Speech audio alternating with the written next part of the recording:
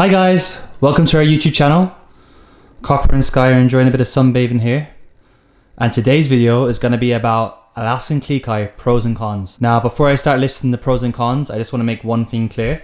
These are based upon my experience only. Obviously every single dog is different and every single owner's experience with their dogs is different. So I don't want you to watch this video and think, well, all Alaskan Klee are the exact same. This is just based upon my experience only. So let's get cracking. Let's look at some of the pros. So Alaskan Klee look like mini huskies, and that's my first pro.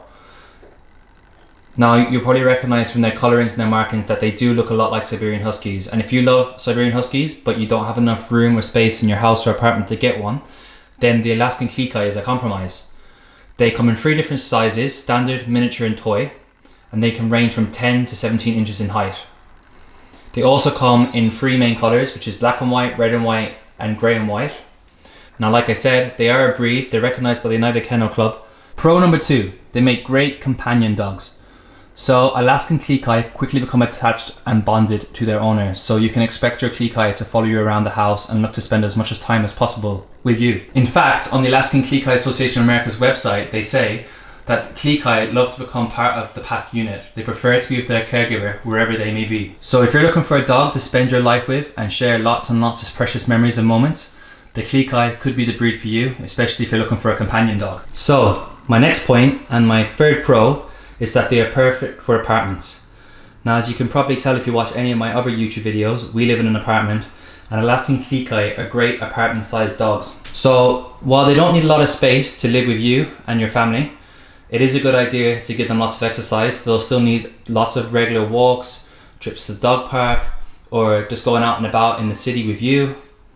Alternatively, you can play with them at home. I know Copper and Skye both love a great game of tug of war, and that tires them out very quickly, as proven by Skye sleeping right now. So overall, I would say Alaskan Klee do great in apartments, and especially for people living in cities. If you're looking for a smaller version of a husky, you may want to consider an Alaskan Klee because of their sheer size. So if you like to talk, you might like the Alaskan Klee. Now, as I said, these pros and cons are based upon my experience, and by and large, Copper are relatively quiet dogs. They don't make a lot of noise, and the people that live around us say that they don't hear them pretty much all the time. However, Copper is talkative, especially if you talk to him. Skye, she will make a noise when she's playing occasionally, but otherwise she's a pretty quiet dog. I count their talkativeness as a pro, because Copper does like to talk every now and then, which I find hilarious.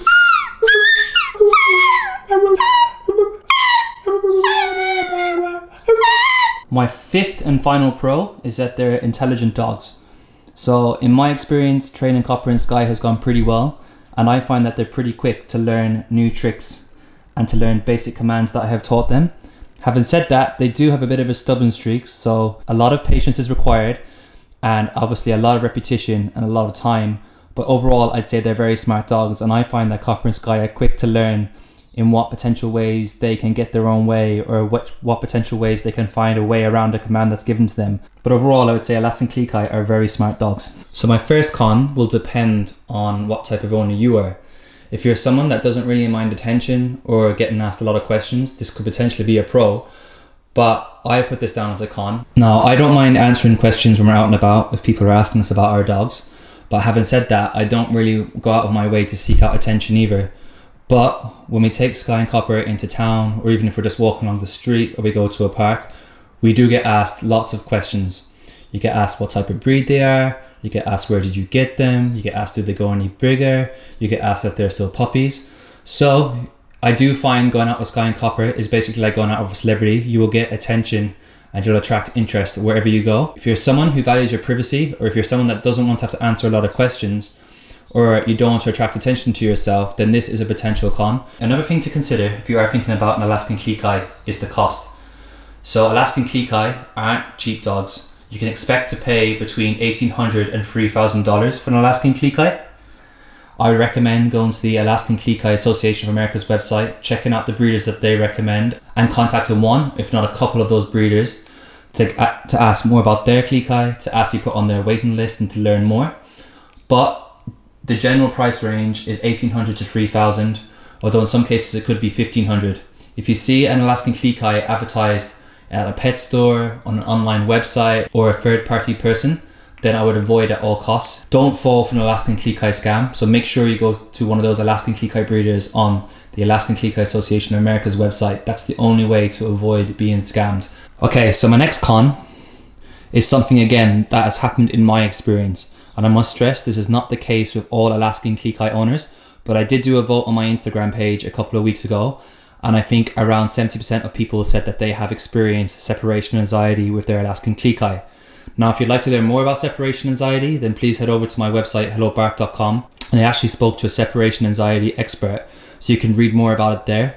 And she doesn't believe that it is a breed-specific thing, and it can happen to any dog of any breed or any mix. But like I said, I was interested to learn of the Klee owners that follow me on Instagram, which percentage had experienced separation anxiety. It's just something to be aware of and perhaps educate yourself about so you know what it is in advance of getting your Alaskan Klee. And touch wood, you'll never experience it, but like I said, just something to be aware of. So another thing to think about if you're getting a Klee, and this is where they have another similarity of Siberian Huskies, is shedding.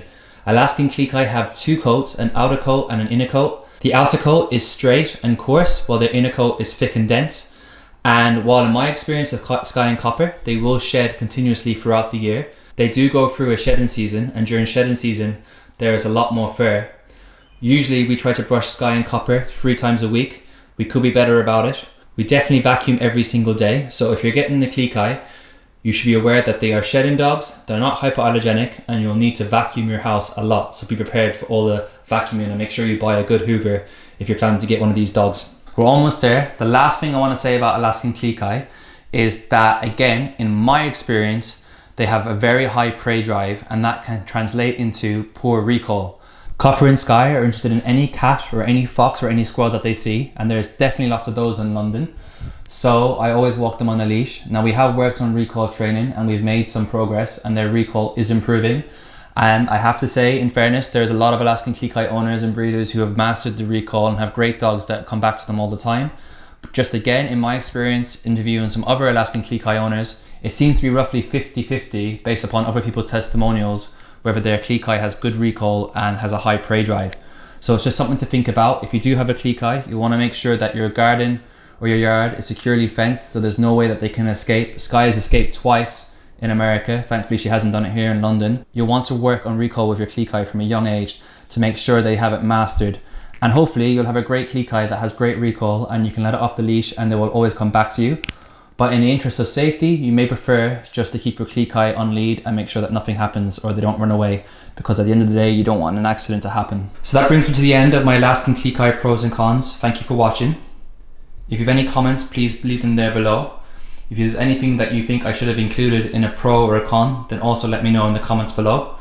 You can follow Skye and Copper on TikTok, on Facebook, on Instagram. It's all Life with Klee.